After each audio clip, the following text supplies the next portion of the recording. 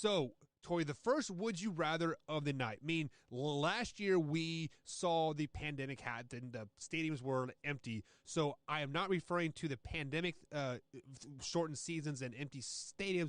I'm talking about normal season, like pre 2020 when we had packed houses. So with this question, would you rather play in an empty stadium on a normal year, or would you rather play in a full house in London 3 times a year?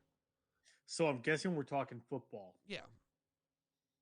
So football wise, give me the empty stadium Really? versus playing in London.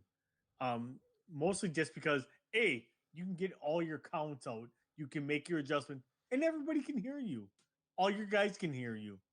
So give me that versus playing in London. Again, that leg, the jet lag is real. As somebody that has traveled around the world, um, it is real. It is awful. It sucks. If you're like, hey, we're gonna go to London on Wednesday and go 6 hours ahead, that is an awful thing to try to get adjusted to. So, like when we would travel to Hawaii, I had more problems traveling to Hawaii because we were 6 hours ahead of them. I was up at 4 a.m. for 5 to 6 days straight before my body would adjust. And the day it would adjust, we were leaving back to the mainland. Right. So, whereas Japan, we would travel to Japan and they were 15 or 16 hours, depending what time zone we were in currently for daylight savings. I had no problem adjusting that because normally I would take off from here from O'Hare at like 7 a.m. and land in Tokyo at like 6 p.m. and land in Okinawa usually at like 9 p.m. So it was almost like a regular day, and I would just go to sleep and I would be fine with it. So 110%, give me that. So you sound like you are a offensive player and you were a quarterback through high school. So I'm speaking from the defensive side, and I want that stadium packed. I want people spitting in my face, pouring beer on me, yelling at me, calling everything under the sun. That what gets my motor going, man. When you walk in and the crowd is yelling at you and booing you and doing this and doing that, and the lights are on, give me that home field advantage, Tori.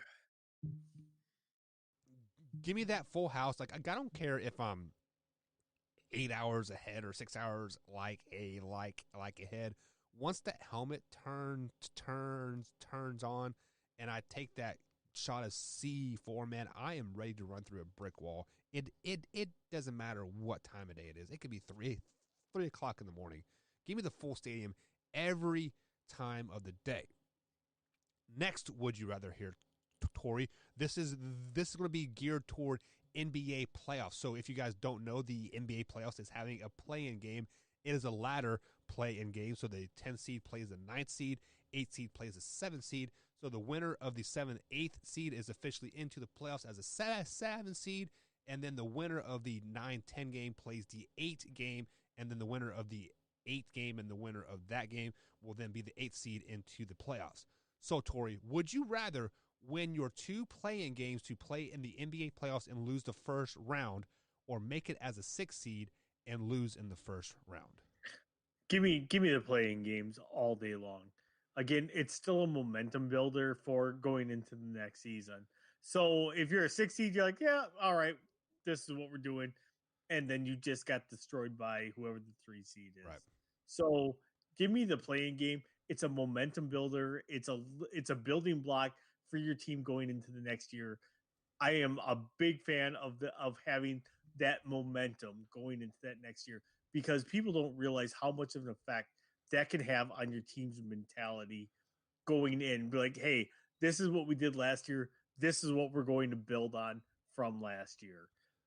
Yeah, so I am with you 100% because let's flash back to March Madness here a little bit.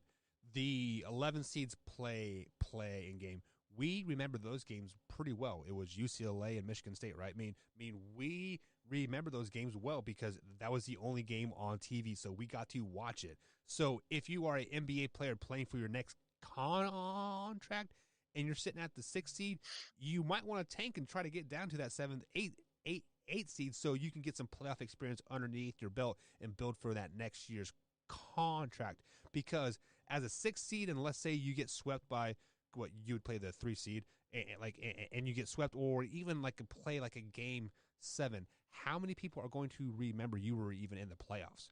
The like the 7, 8, 9, and 10 seeds will be more popular than your 6 seeds. So definitely give me that play in games, and now I have playoff experience as well. So even though I got knocked out of the first round, I have 2 more playoff games experience than most other people in the other games here. So next, would you rather here, Tori? We are going to kind of go back into NFL football here. So we talked about playing at an empty stadium versus a full stadium here. So would you rather, Tori, would you rather wear an all-white jersey on a grass field or play on the old AstroTurf in Houston? Oh my God! Give me the all-white jersey on natural turf every day of the week. I mean that old AstroTurf. If you know what it was, A, sucked to get tackled on because it was nothing but concrete underneath it. B, was nothing but asking for a torn ACL every time you touch the ball. So no, 110%. Give me an all-white jersey. Let me play a natural. Let me have that give. I mean, Mike, you know as well as I do, you never want to play it. And that's the one thing I am very, very happy with today's NFL. That AstroTurf is non-existent. A lot of teams run that hybrid turf, and it is almost the exact same thing as natural grass. So so and even if they're not using the hybrid turf, and it is full turf, it is full of rubber pellets underneath, so it's actually softer than actual grass 9 times out of 10. But Tori, have you ever tried to scrub grass stains out of all white jerseys and pants? Like, it is care. It is not fun. It's at all. still softer than getting tackled on road rash AstroTurf. So don't care. When I played in the indoor football league, they basically had AstroTurf because for the people that don't know, indoor football fields 9 times out of 10 it is a old skating rink, and they simply just roll outdoor carpet on it. There's maybe an 1/8 inch padding on it, and then the walls are there. I mean, it is a very, very violent sport. So with that being said, Tori, I gotta take the grass every time because I have ran into a brick wall playing indoor field. I've landed on a brick floor playing indoor ball. It is not fun. No. Even with all those pads on and the elbow pads and the long sleeve shirts, I still have the scar, Tori, from my pec down to my waist.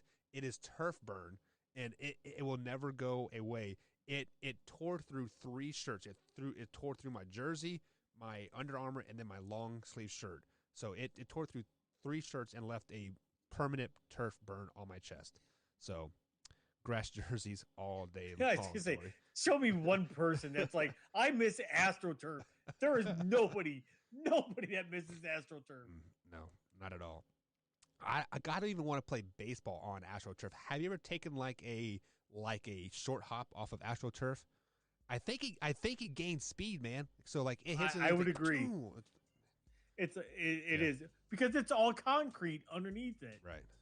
There's no padding. Absolutely correct. So, Tori, we are going to take our next break here on the show, guys. We do got Shop Talk coming up, guys, here in roughly about a half hour. So if you are interested, let us know what you want to talk about. And I'll also open up the phone lines here for the last 15 minutes of the show. But, Tori, we are going to break down your Green Bay Packers. So all 17 games, we're going to pick those games and why here on the Man Hour. We'll be right back. By the way, Brandon Combs, welcome to Chat, man. This is a good logo. I like it. T-shirt design coming soon, guys. We'll be right back.